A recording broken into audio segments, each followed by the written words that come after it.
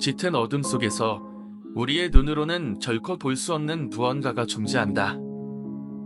묻혀있던 뒷일들, 들리지 않는 세계의 속삭임, 그리고 수세기 전에 잊혀진 이야기들은 여전히 살아 숨쉬고 있다. 당신은 이제 그 짙은 공포와 마주할 준비가 되었는가. 한국의 어둠에 오신 것을 환영합니다. 떠도는 영혼들과 그들의 속삭임이 당신의 심장을 요동치게 만들 것입니다.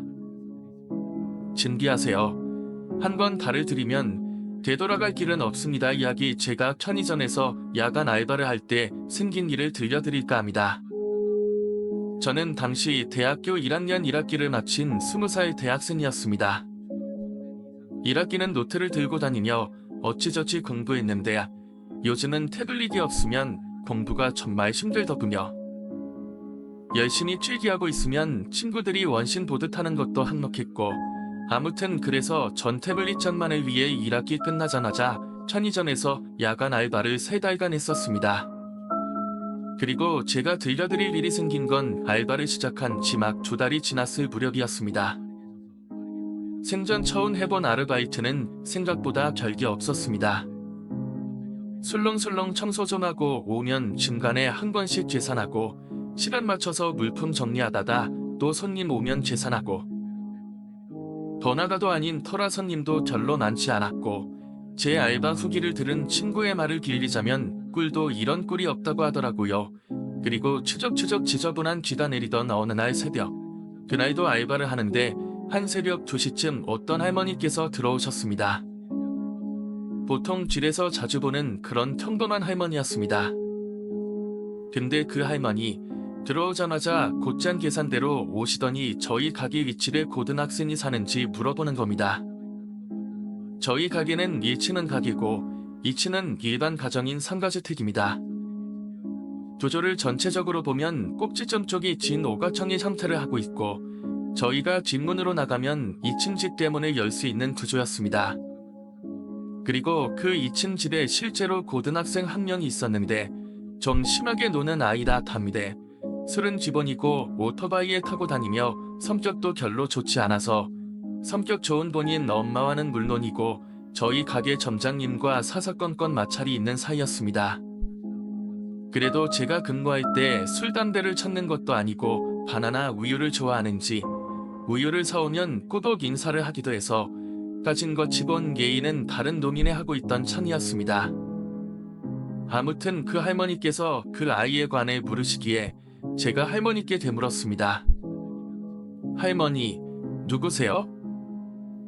내가 그놈 할니인데 손해가 이사가서 내가 찾아왔는데 이 집이 맞나 싶어서. 이 새벽에 할머니가 찾아오는 게 약간 이상하다고 생각하긴 했지만 한편으론 또 그런가 보다라고 생각하며 할머니께 네 집에 고등학생 사는 거 맞아요 라고 알려드렸습니다. 그러자 할머니께서 환하게 웃으시며 고마우이, 새벽에 피곤할 텐데 이거 하나 먹고 일해야 하면서 우유까지 주시고 가시더군요. 저는 감사히 받아 먹었고 아침이 되어 퇴근했습니다. 한데 문제는 그 다음 날 그 아이가 오토바이 타다가 교통사고로 죽었다는 소식을 들었을 때부터였습니다. 새벽 2시를 좀 넘어서 오토바이를 타다가 사고로 그 자리에서 직사했다고 하더군요. 썩 좋은 아이라고 할 수는 없었지만 본가타는 그리 이쁜 아이는 아니었다고 생각했기에 그 소식을 들으니 기분이 이상했습니다. 그리고 그 이야기를 해준 점장님께 듣기론 그 집은 아버지께서 일찍 돌아가셨는지 안 계셨고 어머니와 그 아이만 같이 살았는데 아이가 어머니께 그렇게 바락바락 대더라도 어머니가 그 아이에게 얼마나 성의껏 대했는지 점장님 만론 걔는 엄마 때문에 버려놨다 할 정도로 지극정성이었다고 하더군요. 그렇게 사랑하고 살핀 자기 아들이 죽었다는데 그 아줌마는 어떨지 걱정도 되고 생각하다 보니 바로 어제 찾아왔던 그 할머니도 걱정이 되었습니다. 손주 보러 와서 장사 지내게 생겼으니 한 며칠은 그렇게 이상한 기분으로 알바를 했던 것 같습니다. 그렇게 잊어가고 있었는데 며칠 후 또 그때와 같은 지저분한 비가 내리던 새벽, 마찬가지로 2시경에 그 할머니께서 찾아오셨습니다. 오, 할머니 또 오셨네요. 전 약간 걱정스러운 눈치로 말을 건넸는데 되려 할머니는 아무렇지도 않으신 듯 제게 웃으며 대답하셨습니다. 그때 그 청각이구먼. 청각, 나 부탁 좀 해도 될까? 할머니께선 며느리가 집에 들어갔는데 자는 것 같으니 깨우기 싫다고 저보고 대문을 좀 열어달라 하시는 겁니다. 2층으로 올라가는 계단 옆이 점장님이 사용하는 창고라 평소에 저도 자주 들락거렸기에 어려울 건 없죠. 잠시만요. 마침 화장실도 한 번 다녀와야겠다 싶었던 터라 외출 초지를 달아놓고 할머니를 모셔다 드렸습니다. 고마우이. 그나저나 청각은 덕이 참 많아. 내년 초만 잘 넘기면 아주 잘 풀릴 탈자니까 다른 건 다 상관 말고 내년 초만 조심해내.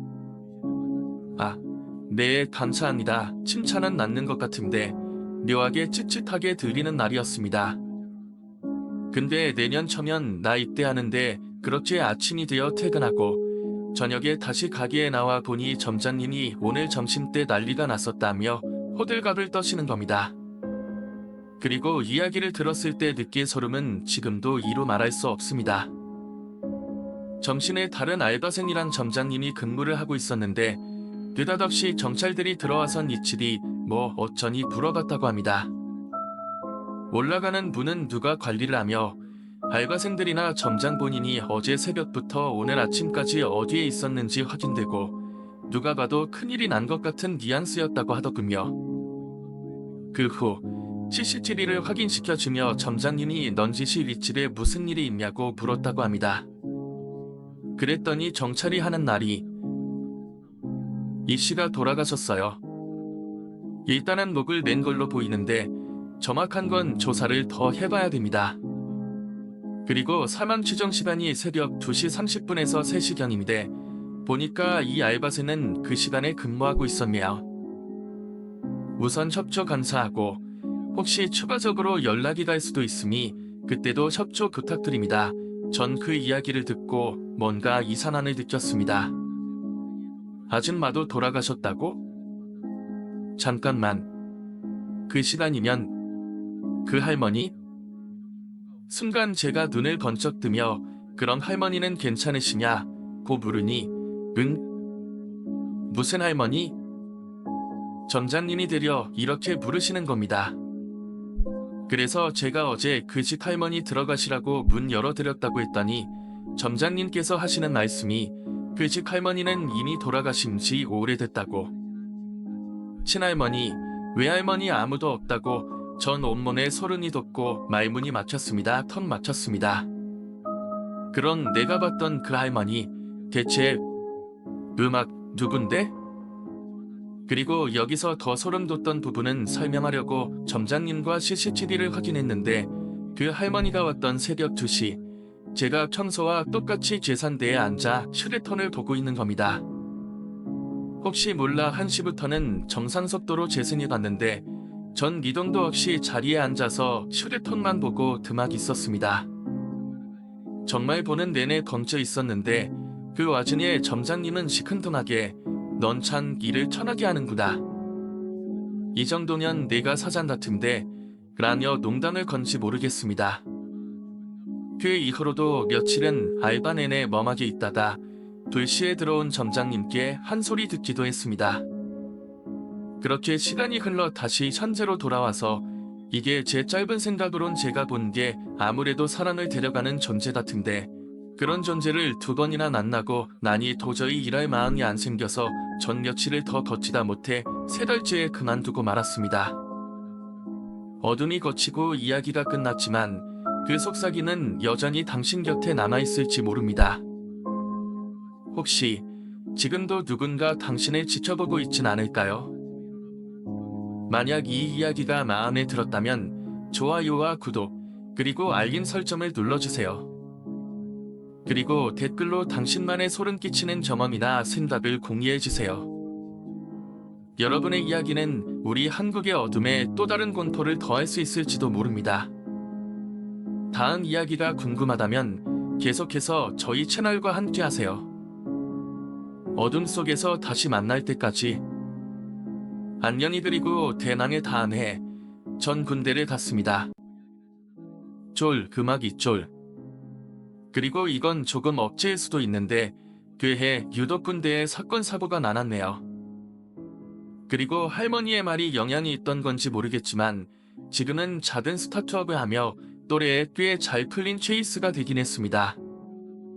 근데 아직도 그렇게 자잘하고 지저분한 쥐가 내리는 새벽이면 검하기만 했던 그 할머니의 얼굴이 떠올라서 한 번씩 몸을 부르르 떨곤 합니다.